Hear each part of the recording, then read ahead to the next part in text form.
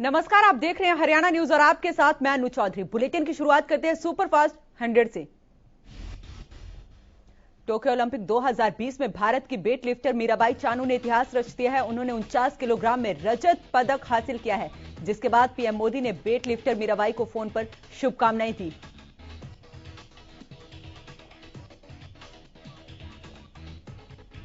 Weight lifting में यह दूसरी बार है जब भारत ने ओलंपिक में मेडल जीता है। इससे पहले 2000 के सिडनी ओलंपिक में कर्णम मल्लेश्वरी ने कांस्य पदक जीता था।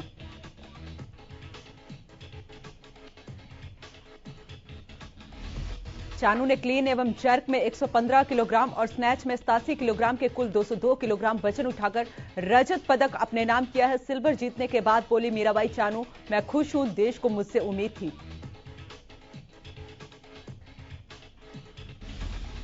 मीराबाई चानू की जीत पर देश भर में खुशी का माहौल। राष्ट्रपति, प्रधानमंत्री और खेल मंत्री ने मीराबाई को दी शुभकामनाएं।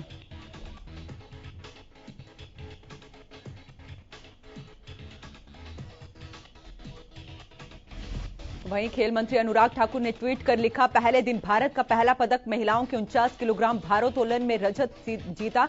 भारत के झंडे को आप पर गर्व है मीरा।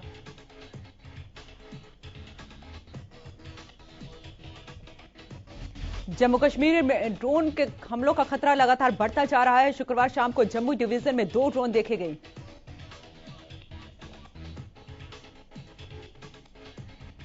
सुरक्षा बलों के मुताबिक जम्मू डिवीजन में शुक्रवार शाम को 2 संदिग्ध ड्रोन देखे गए थे, जिनसे जम्मू के कालू चक और दूसरा ड्रोन कठुआ में दिखाई दिया था। बताया जा रहा है कि शुक्रवार शाम को ही लाइन ऑफ कंट्रोल के पास पुंछ सेक्टर में PIA लिखा हुआ एक बैलून भी मिला। बैलून पर पाकिस्तानी झंडा बना हुआ था। बता दें कि शुक्रवार सुबह जम्मू कश्मीर पुलिस ने एक ड्रोन को मार गिराया था, जिस पर IED बंधे हुए थे, जिसका वजन 5 किलोग्राम था।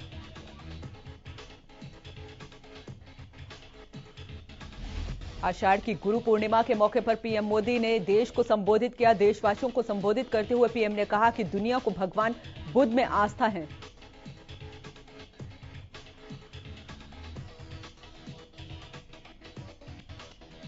प्रधानमंत्री मोदी ने देश भर के शिक्षकों को संबोधित करते हुए कहा कि जहां ज्ञान है वहीं पूर्णिमा है, क्योंकि गुरु का दिया ज्ञान ही आपको अंधेरे से उजाले की ओर लेकर जाता है।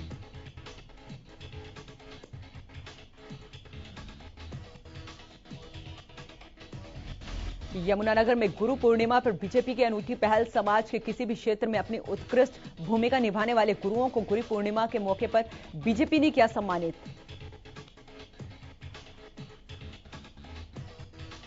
शिक्षा मंत्री कंवरपाल गुर्जर ने शिक्षा के क्षेत्र में अहम भूमिका निभाने और समाज में बदलाव लाने वाले गुरुओं के घर जाकर उनका सम्मान किया।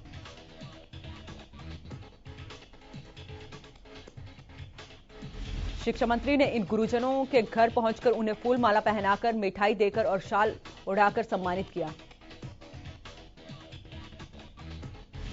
नवनियुक्त राज्यपाल बंडारू दत्तात्रेय का दिल्ली में मुलाकातों का दौर जारी। राज्यपाल ने रक्षा मंत्री राजनाथ सिंह से की मुलाकात। राजनाथ सिंह के आवास पर हुई मुलाकात। भारत में सितंबर तक बच्चों का टीकाकरण शुरू होने की संभावना है। एम्स के प्रमुख डॉक्टर रणदीप गुलेरिया ने इसकी जानकारी देते हुए बताया कि यह कोरोना संक्रमण को तोड़ने के लिए एक महत्वपूर्ण कदम है। एम्स के निदेशक ने बताया कि बच्चों के लिए भारत बायोटेक के कोवैक्सीन प्रशिक्षण चल FDA का अप्रूवल मिल चुका है। उम्मीद है कि सितंबर तक हमें बच्चों का टीकाकरण शुरू कर देना चाहिए। कोरोना संक्रमण की रफ्तार भले ही देश में कम हुई हो, लेकिन बीते 24 घंटे के अंदर 39,097 नए कोरोना केस सामने आए हैं।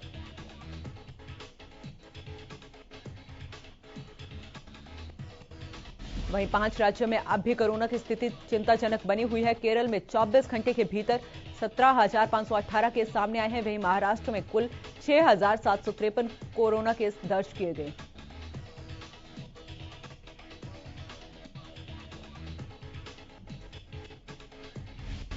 केरल में अकेले सबसे ज्यादा 44.81% केस हैं। वहीं 546 कोरोना संक्रमितों की जान बीते 24 घंटे में चली गई। कोरोना संक्रमण की वजह से सबसे ज्यादा मौतें महाराष्ट्र में दर्ज की गई हैं। महाराष्ट्र में बीते 24 घंटे में 167 मरीजों की जान चली गई। वहीं केरल में कुल 132 मरीजों की 24 घंटे में मौत हो गई। 24 घंटे में कोरोना से ठीक होने वाले मरीजों की संख्या 35,087 है। वहीं अब तक कोरोना से कुल 3,05,03,166 मरीज ठीक हो चुके हैं।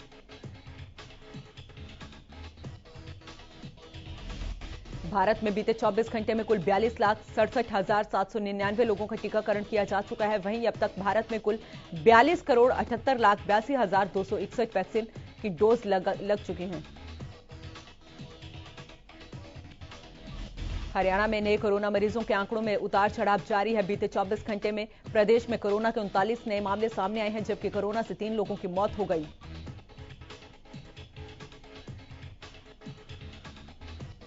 सरकारी आंकड़ों के मुताबिक गुरुग्राम में 9, करनाल में 8, जबकि पलवल में 4 नए कोरोना मरीजों की पुष्टि हुई है।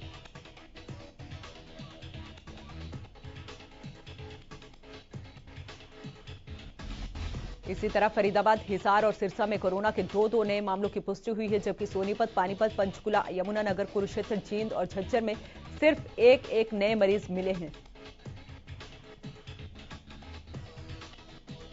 बीते 24 घंटे में प्रदेश के कुल 22 जिलों में से 6 जिलों में कोरोना का एक भी नया मरीज की पुष्टि नहीं हुई है। इसके साथ ही इलाज के बाद एक दिन में 38 लोगों ने कोरोना को मात दी है।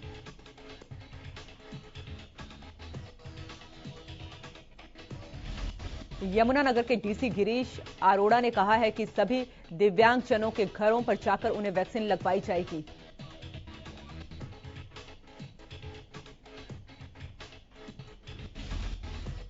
सोनीपत पर बस स्टैंड पर टिकट काउंटर से लेकर बस स्टैंड परिसर और बसों के अंदर सोशल डिस्टेंसिंग की जमकर धज्जियां उड़ाई जा रही हैं।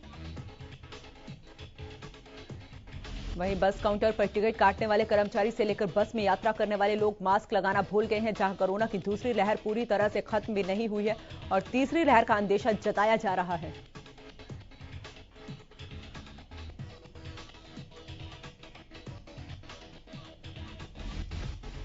महम के सरकारी स्कूलों में कोविड-19 के नियमों का ठीक से पालन नहीं हो रहा है। कुछ स्कूलों को छोड़कर ज्यादातर सरकारी स्कूलों में बिना मास्क के ही बच्चों को स्कूल में प्रवेश दिया जा रहा है।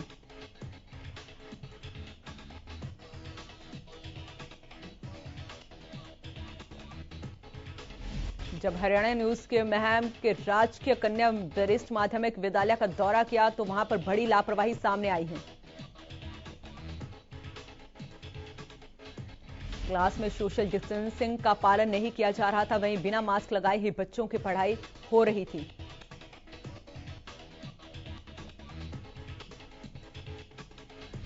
गोहाना पहुंचे राज्यसभा सांसद रामचंद्र जांगड़ा ने मीनाक्षी लेखी के किसानों को मवाली कहने वाले बयान पर सफाई दी है। उन्होंने कहा कि मीनाक्षी लेखी ने किसानों को मवाली नहीं, धरने पर बैठे लोगों को मवाली कहा है। राज्यसभा सांसद जांगड़ा ने मीनाक्षी लेखी के बयान पर सफाई देते हुए कहा कि मीनाक्षी लेखी ने यह कहा था कि जो किसान थे वो वापस जा चुके हैं और जो धरने पर बैठे हैं वो नशेड़ी और मवाली हैं। इस दौरान उन्होंने पंजाब में सीएम कैप्टन और नवनियुक्त प्रदेशाध्यक्ष नवजोत सिद्धू के मनमुटाव पर भी चुटकी ली है। किसी प्रदेश में सरकार चलाने के लिए सीएम और प्रदेशाध्यक्ष में तालमेल होना चाहिए ताकि सरकार और पार्टी सही चल सके।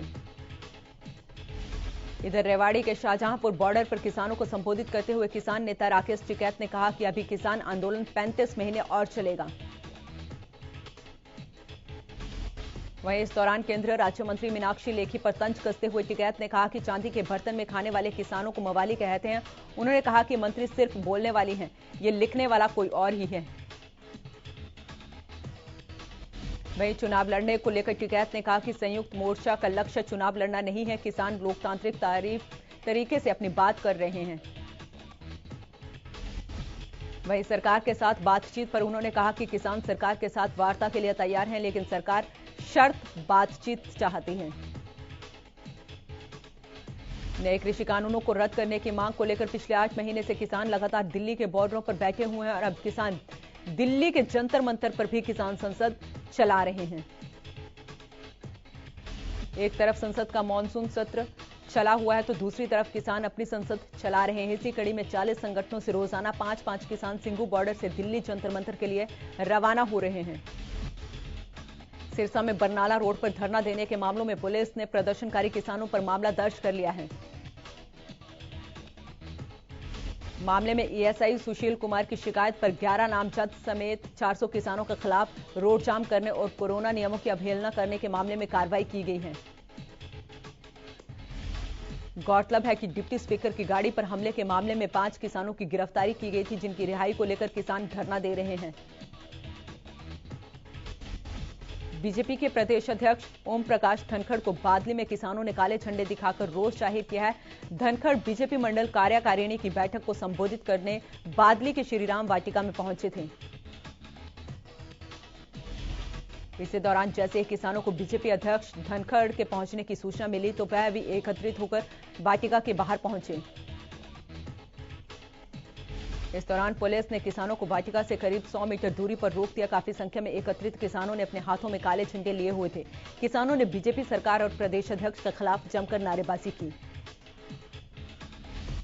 भारतीय किसान यूनियन के प्रदेश अध्यक्ष गुणी प्रकाश ने किसान नेता गुरनाम चढ़ूनी को गिरफ्तारी को लेकर कुरुक्षेत्र सहारनपुर रोड पर जाम लगा दिया। उधर करनाल कृषि विभाग की ओर से 2592 किसानों को नोटिस भेजा गया है, जिसमें पीएम किसान सम्मान निधि का पैसा वापस करने के आदेश दिए गए हैं। इन नोटिस से किसानों में हड़कंप मच गया।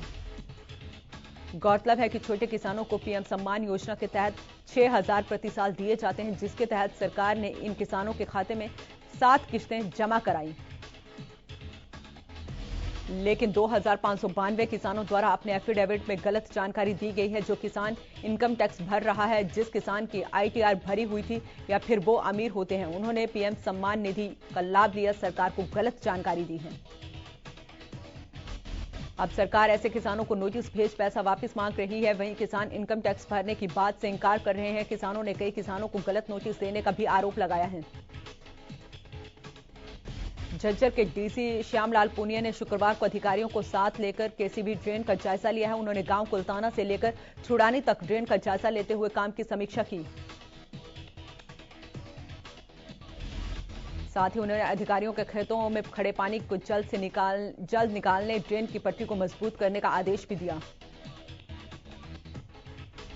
आपको बता दें कि केसीबी ड्रेन टूटने से छुड़ानी गांव में लगभग 500 एकड़ से ज्यादा भूमि पर जल भराव की स्थिति बनी हुई है। डीसी ने भदानी रोड पर केसीबी ड्रेन की पटरी से ही सिंचाई विभाग द्वारा मिट्टी उठाने पर अधिकारियों को फटकार भी लगाई। करनाल से यमुनानगर जाना अब होगा आसान, क्योंकि हरियाणा सरकार ने करनाल यमुनानगर नई रेल लाइन परियोजना को अपनी मंजूरी दे दी है। इस नई रेल लाइन को मंजूरी मिलने से करनाल और यमुनानगर का सफर न सिर्फ आसान हो जाएगा, बल्कि 2 जिलों के बीच सीधा संपर्क भी होगा। लंबे समय से इस रूट पर रिपोर्ट तैयार की जा रही थी, लेकिन अब इस रेल लाइन को मंजूरी दे दी गई है। इस रेल लाइन को मंजूरी दिलवाने के लिए हरियाणा के मुख्यमंत्री ने कई बार रेल मंत्रालय और रेल मंत्री से मुलाकात की थी, जिसके बाद अब जाकर इस प्रोजेक्ट को मंजूरी मिली है। इस प्रोजेक्ट को तैयार करने में करीबन 4 साल का वक्त लगेगा, जिसके लिए जमीन अधिग्रहण का काम भी जल्द शुरू हो जाएगा। यह हरियाणा सरकार और रेल मंत्रालय का संयुक्त प्रोजेक्ट है, जिस पर करीब 883.78 करोड़ रुपए की लागत आएगी। अब इंतजार है तो इस रेल लाइन के बिछने का, ताकि लोग करनाल से यमुनानगर तक और सफर आराम से और कम समय में तय कर सकें। सरकार तो योजनाएं बनाकर लोगों का जीवन स्तर बेहतर बनाने की कोशिश करती है, लेकिन जब योजनाएं धरातल पर उतरती हैं तो अधिकारियों की लापरवाही से सब कुछ टाइम फेस हो जाता है। ऐसा ही मामला कैथल के गांव रसूलपुर में सामने आया है, जहां रिचार्ज बोरवेल सिर्फ शोपीस बनकर रह गए। दरअसल भूजल स्तर को लेकर सरकारी परिसरों और बाढ़ग्रस्त इलाकों में भूजल और किसानों की फसलों को बाढ़ के पानी से बचाने के लिए लाखों रुपए खर्च करके रिचार्ज बोरवेल लगवाए गए थे। अब ये बोरवेल ना तो भूजल बचाने के काम आ रहे हैं और ना ही किसानों की फसलों को बचाने के लिए कारगर हैं। वहीं सिंचाई विभाग के एक्सीएन मामले में लीपापोती करते हुए सब कुछ ठीक होने का दावा कर रहे हैं, लेकिन हकीकत कुछ और ही बयां कर रही है। मॉनसून के दौरान पहाड़ी इलाकों में हो रही लगातार बारिश के बाद सिरसा में घग्गर नदी का जलस्तर बढ़ गया है। घग्गर में पानी आने से क्षेत्र के किसानों में खुशी की लहर है। आपको बता दें कि सिरसा में बारिश की कमी की वजह से फसलों की सिंचाई में किसानों को काफी दिक्कतों का सामना करना पड़ता है। हालांकि नदी के जलस्तर में हुई बढ़ोतरी के साथ साथ प्रशासन भी अलर्ट है। इसके तहत जिला उपायुक्त अनीश यादव ने प्रशासनिक टीमों के साथ घग्गर के तटबंधों का निरीक्षण किया है। इस दौरान उन्होंने ग्रामीणों से बातचीत की और उनसे सुझाव भी मांगे। उन्होंने ग्रामीणों को आश्वासन दिया है कि किसी भी हालत में प्रशासन उनकी मदद के लिए तैयार और सतर्क है। उधर ग्रामीणों का कहना है कि नदी के तटबंध मजबूत करने का कोई काम नहीं किया गया है। अगर इसी तरह से नदी का जलस्तर बढ़ता गया तो आने वाले दिनों में इसके गंभीर परिणाम हो सकते हैं। सरकार ने कच्चे रास्तों को पक्का करने की बहुत सी घोषणाएं की हुई हैं, जिन पर विभागीय अधिकारी काम करने का दावा करते हैं, लेकिन जो सड़कें पहले से ही पक्की हैं और गड्ढों में तब्दील हो रही हैं। रेवाड़ी की सड़कों की भी इन दिनों यही हाल है। हालत ऐसी है कि समझाना मुश्किल हो रहा है कि सड़कों में गड्ढे हैं या गड्ढों में सड़क। बाजार की मुख्य सड़क की ये दुर्दशा मरम्मत और देखरेख की कमी की वजह से है। इस सड़क से रोजाना कई गाड़ियां गुजरती हैं, लेकिन इन सड़कों की हालत देखकर यहां से गुजरने वाले वाहन चालक भी डरने लगते हैं। फरीदाबाद में बदमाशों के हौसले बुलंद होते जा रहे हैं। यहां गन पॉइंट पर बदमाशों ने लूटपाट की वारदात को अंजाम देने की कोशिश की, लेकिन विफल रहे। बदमाश बल्लभगढ़ मेन बाजार स्थित एक हलवाई की दुकान पर लूट करने पहुंचे और बंदूक की नोक पर दुकानदार से पैसे मांगे, लेकिन दुकानदार ने लुटेरों को पैसे देने से मना कर दिया और चीखने लगा। दुकानदार की चीख सुनकर वहां लोग आए और चोर दुकान के अंदर फायरिंग कर वहां से फरार हो गए। दुकान में लगे सीसीटीवी के फुटेज के आधार पर पुलिस जांच में जुट गई है। सिरसा के कंगनपुर रोड पर फाटक के पास सवारी गाड़ी के आगे कूदकर एक शख्स ने खुदकुशी कर ली। रेलवे पुलिस ने कार्रवाई के बाद शव को नागरिक अस्पताल में मोर्चरी में रखवा दिया है। शख्स की पहचान के लिए कोशिश की जा रही है। रेलवे पुलिस अधिकारी ने बताया कि पैसेंजर गाड़ी के आगे कूदकर शख्स ने खुदकुशी की है। बहरहाल पुलिस मामले की जांच कर रही है। राई के गांव बड़ खालसा के पशु अस्पताल में एक शख्स का शव मिलने से सनसनी फैल गई। सूचना मिलने के बाद मौके पर पहुंची पुलिस की टीम ने शव को कब्जे में लेते हुए नागरिक अस्पताल भिजवा दिया। पुलिस का कहना है कि शव बारिश के पानी में मिला है, जिसकी पहचान की कोशिश की जा रही है। पशु अस्पताल के चिकित्सकों का और स्थानीय लोगों का कहना है कि शख्स इस इलाके का नहीं है। मौत की वजहों का अभी खुलासा नहीं हो पाया है। पुलिस का भी कहना है कि मौत की असल वजहों का खुलासा पोस्टमार्टम रिपोर्ट आने के बाद ही हो पाएगा। हांसी सीआईए 2 पुलिस को उस समय बड़ी कामयाबी मिली जब सीआईए पुलिस की टीम डकैती की योजना बना रहे गिरोह के 6 सदस्यों को हिसार बाईपास रोड से गिरफ्तार किया। उप पुलिस अधीक्षक जुगल किशोर ने बताया कि हांसी सीआईए 2 पुलिस को कुछ लोगों की डकैती की योजना बनाने की सूचना मिली थी। सूचना मिलने के बाद मौके पर छापेमारी कर पुलिस की टीम ने आरोपियों को गिरफ्तार कर दिया। पुलिस ने आरोपियों के कब्जे से कई लाठी और रॉड बरामद किए। तो शाम के जुई में प्रशासन ने बड़ी कार्रवाई करते हुए पुलिस की मौजूदगी में 2 दर्जन से ज्यादा दुकानों को सील कर दिया है। प्रशासन ने जुई के कैरू मोड़ पर नई बनाई गई 17 दुकानों पर तहसीलदार और पुलिस की मौजूदगी में प्रशासन ने सील किया। साथ ही दुकानों का सारा सामान बाहर कर ताले लगाकर चले गए। तहसीलदार ने कलेक्टर के आदेश पर कार्रवाई की बात कही है। दरअसल अनिल नाम के शख्स ने प्रशासन से उसकी जमीन पर अवैध दुकानों के निर्माण की शिकायत एसडीएम और तहसीलदार के पास दर्ज करवाई थी, जिस पर कार्रवाई करते हुए पुलिस की मौजूदगी में 17 दुकानों और प्लॉटों को कब्जे में लेकर सील कर दिया। जाखल नगर पालिका के अंतर्गत आने वाले एरिया से दूषित पानी की निकासी के लिए जन स्वास्थ्य विभाग द्वारा ठेकेदारों के माध्यम से करोड़ों रुपए की लागत से पाइपलाइन बिछाने का कार्य पिछले करीब 7 महीने से जारी है। नई बस्ती में डाली गई सीवरेज पाइपलाइन मानसून की दूसरी बारिश से ही टूट गई, जिसके बाद गुस्साए वार्डवासियों ने संबंधित विभाग के प्रति नारेबाजी करते हुए इस कार्य की उच्च स्तर पर जांच करने की मांग की है। वहीं पार्षद विकास कामरा ने इस कार्य में इस्तेमाल की गई घटिया सामग्री को लेकर नीचे से लेकर ऊपर तक के सभी अधिकारियों पर रिश्वतखोरी का आरोप भी लगाया। पानीपत में सीडब्ल्यूसी की टीम ने एक गुमशुदा बच्चे को परिवार से मिलवाया है। जानकारी के मुताबिक पंजाब में भटिंडा के रामपुरा गांव से 8 साल का शिवम 2 दिन पहले गायब हो गया था। इस मामले की जानकारी देते हुए चाइल्ड वेलफेयर कमेटी की मेंबर ने बताया कि बच्चा रेलवे स्टेशन पर घूम रहा था, जिसकी सूचना जीआरपी को दी गई,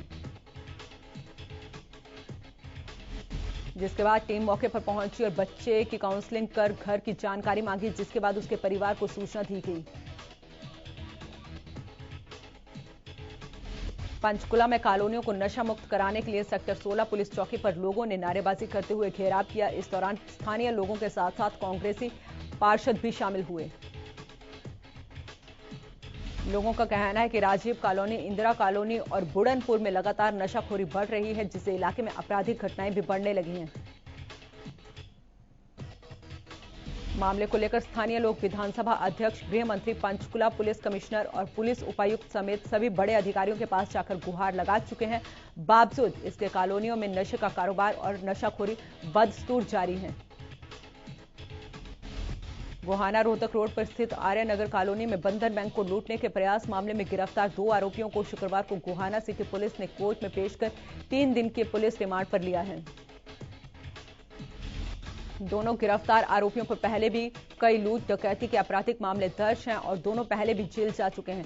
2 महीने पहले ही दोनों जेल से बाहर आए थे और जल्दी ही पैसे कमाने के इरादे से 3 युवकों ने मिलकर बैंक डकैती की योजना बनाई थी।